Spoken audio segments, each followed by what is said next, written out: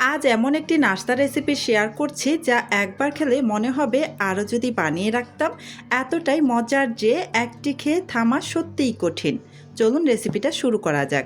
প্রথমে একটি ছোট বাটির মধ্যে কিছুটা গরম পানি নিয়ে নিলাম, তারপর 1 চা চামচ চিনি, হাফ চা চামচ পরিমাণ ইস্ট দিয়ে দিলাম, দিয়ে নাড়াচাড়া করে ভালো করে মিশিয়ে নিয়ে ঢেকে রেখে দিব প্রায় 10 মিনিটের মতো।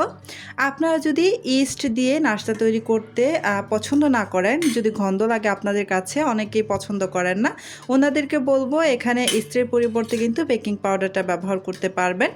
এবার একটি বাটির মধ্যে আমি নিয়ে নিলাম 1 কাপ পরিমাণ আটা আর হাফ কাপ পরিমাণ সুজি, স্বাদ অনুসারে লবণ দিয়ে নাড়াচাড়া করে ভালো করে মিশিয়ে নিচ্ছি।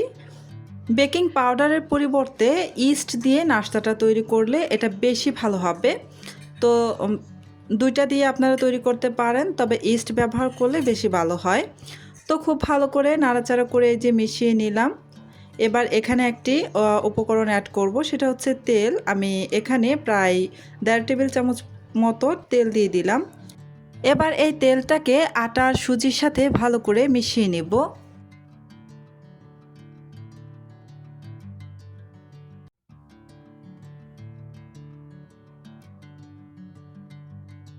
ভালো করে মিশিয়ে না হয়ে গিয়েছে। এবার আমি যে ইস্ট অ্যাক্টিভ করার জন্য রেখে দিয়েছিলাম, এই যে ইস্ট কিন্তু ভালো করে অ্যাক্টিভ হয়ে গেছে।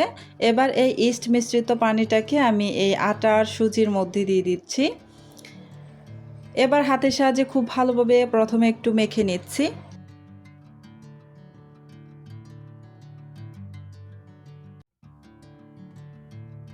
এবার অল্প অল্প করে হালকা কুসুম গরম পানি দিয়ে একটা ব্যাটার বানিয়ে নিব। একটু ঘনত্বটা বেশি রাখবো, পাতলা করে বানাবো না, ঘন একটা ব্যাটার তৈরি করব। তো এই পর্যন্ত যারা যারা আমার ভিডিওটা দেখতেছেন, প্লিজ আমার ভিডিওতে একটা লাইক দিয়ে দিবেন। আর আমার চ্যানেলটি যদি আগে থেকেই সাবস্ক্রাইব করে দেওয়া না থাকে, প্লিজ আমার চ্যানেলটি সাবস্ক্রাইব করে পাশে থাকা বেল আইকনটি অন করে রাখবেন। এতে করে যখন আমি নতুন নতুন রেসিপির ভিডিও আপলোড করব, তখন সাথে সাথে আপনার ওখানে নোটিফিকেশন পৌঁছে যাবে। ব্যাটারটা আমার খুব ভালো করে রেডি করে নেওয়া হয়ে গিয়েছে। এবার এখানে 1 টেবিল চামচের মতো কাঁচামরিচ কুচি, 2 টেবিল চামচের মতো ধনিয়া পাতা কুচি দিয়ে দিলাম। তবে কাঁচামরিচের পরিমাণটা একটু বেশি দেবেন, তাহলে একটু ঝাল ঝাল লাগবে, খেতে কিন্তু ভালো লাগবে। তো কাঁচামরিচ আর ধনিয়া পাতাটা দেওয়ার পর নাড়াচাড়া করে ভালো করে মিশিয়ে নিচ্ছি। খুব ভালো করে মিশিয়ে নিতে হবে। এই নাস্তাটা গরম গরম টমেটো সস বা যে কোনো চাটনির সাথে পরিবেশন করবেন, তাহলে খেতে কিন্তু ভীষণ ভালো লাগবে। তো এই যে ব্যাটারটা কিন্তু আমার রেডি হয়ে গিয়েছে। এবার আমি এটাকে ঢেকে রেখে দিব প্রায় 40 মিনিটের মতো। এই তো প্রায় 40 মিনিটের পর ঢাকাটা সরিয়ে নিলাম, আর দেখতেই পাচ্ছেন আগের তুলনায় ব্যাটারটা কতটা ফুলে গিয়েছে। এবার নাড়াচাড়া করে আবারও কিছুক্ষণ নেড়ে মিশিয়ে নিচ্ছি। তো ব্যাটারটাকে আমি আরও বেশ কিছুক্ষণ নাড়াচাড়া করে নিলাম, যেহেতু এর ভেতরে অসংখ্য বাতাস ক্রিয়েট হয়েছে, এই বাতাসটা যাতে বের হয়ে যায় সেই জন্য আবারও বেশ কিছুক্ষণ সময় ধরে নেড়ে চেড়ে নিচ্ছি। এই নাস্তাটা কিন্তু তৈরি করা একদমই সহজ, আর এই নাস্তাটা খেতেও ভীষণই ভালো লাগে। একদম নতুন ধরনের একটা নাস্তা। আপনারা চাইলে কিন্তু নাস্তাটা অবশ্যই একবার ট্রাই করে দেখতে পারেন। আশা করছি আপনাদের কাছে ভীষণ ভালো লাগবে। আর এই যে এবার আমি চলে আসলাম চুলায় একটা প্যান বসিয়ে, প্যানের মধ্যে সামান্য একটু তেল ব্রাশ করে নিয়ে তারপর এখানে একটি চামচের সাহায্যে 1 চামচ করে ব্যাটার দিয়ে দিচ্ছি। আপনারা আপনাদের নিজেদের ইচ্ছে অনুসারে ব্যাটার দিয়ে দিবেন, যে যেমনটা বড় বা ছোট রাখতে চান, যে যেমন সাইজে বানাতে চান তেমনই ব্যাটার দিয়ে ঢাকনা দিয়ে ঢেকে দিবেন। আমি ঢাকনা দিয়ে ঢেকে দিয়েছি। প্রায় 1.5 মিনিটের মতো আমি অপেক্ষা করেছি। 1.5 মিনিট পর দেখুন উপরের অংশটা একদম কাঁচা ভাব চলে গিয়েছে। তখন আমি এই যে সামান্য একটু তেল দিয়ে নাস্তাগুলোকে উল্টে দিচ্ছি। দুই পাশে একটু কালার হওয়া পর্যন্ত আমি ভেজে নেব। হালকা একটা কালার চলে আসলে নামিয়ে ফেলবো। তো দেখি এই পাশে কেমন কালার এসেছে। এই যে দেখুন এই পাশেও কিন্তু খুব সুন্দর একটা কালার চলে এসেছে। আর এই নাস্তাগুলো কিন্তু চুলার আঁচ মিডিয়ামে রেখে তারপর কিন্তু বানাবেন। এই তো এক ব্যাচ আমার নাস্তা ভেজে না হয়ে গিয়েছে। এবার একটি প্লেটের মধ্যে উঠিয়ে নিচ্ছি। সেম প্রসেসে আমি আরও একবার নাস্তা তৈরি করে আপনাদের দেখিয়ে দিচ্ছি।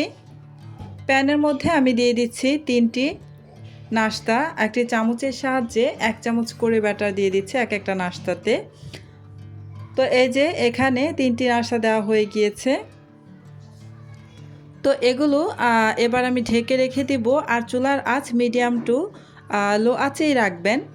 প্রায় 1.5 মিনিটের মতো রাখার পর উপরের দিকটা একদম কাঁচা ভাব কিন্তু চলে যায়। আর এই যে এখন আমি উল্টে দিচ্ছি।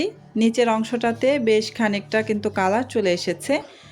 উল্টে দিয়ে আমি সামান্য কিন্তু এখানে একটু তেল ব্যবহার করেছি। তেলটা দেওয়ার পর আবারও নাড়াচাড়া করে নিয়ে ঢাকনা দিয়ে ঢেকে আরও 1 মিনিটের মতো রেখে দিয়েছিলাম। এই যে এই পাশেও কিন্তু হালকা একটা কালার চলে এসেছে, খুব সুন্দর লাগছে কিন্তু। এবার এই নাস্তাগুলোকেও আমি উঠিয়ে নিচ্ছি। সেম প্রসেসেই আমি বাকি নাস্তাগুলোকেও ভেজে নেব। তো এই নাস্তাগুলো কিন্তু বানানো একদমই সহজ, আর যে কেউ কিন্তু এই নাস্তাগুলো তৈরি করে নিতে পারবেন।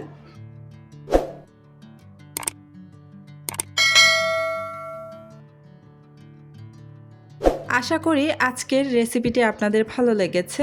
একবার অবশ্যই বাড়িতে বানিয়ে দেখবেন, ইনশাআল্লাহ খেয়ে বারবার বানাতে ইচ্ছে করবে। ভালো লাগলে ভিডিওটিতে একটা লাইক, শেয়ার ও চ্যানেলটি সাবস্ক্রাইব করতে ভুলবেন না। আল্লাহ হাফেজ।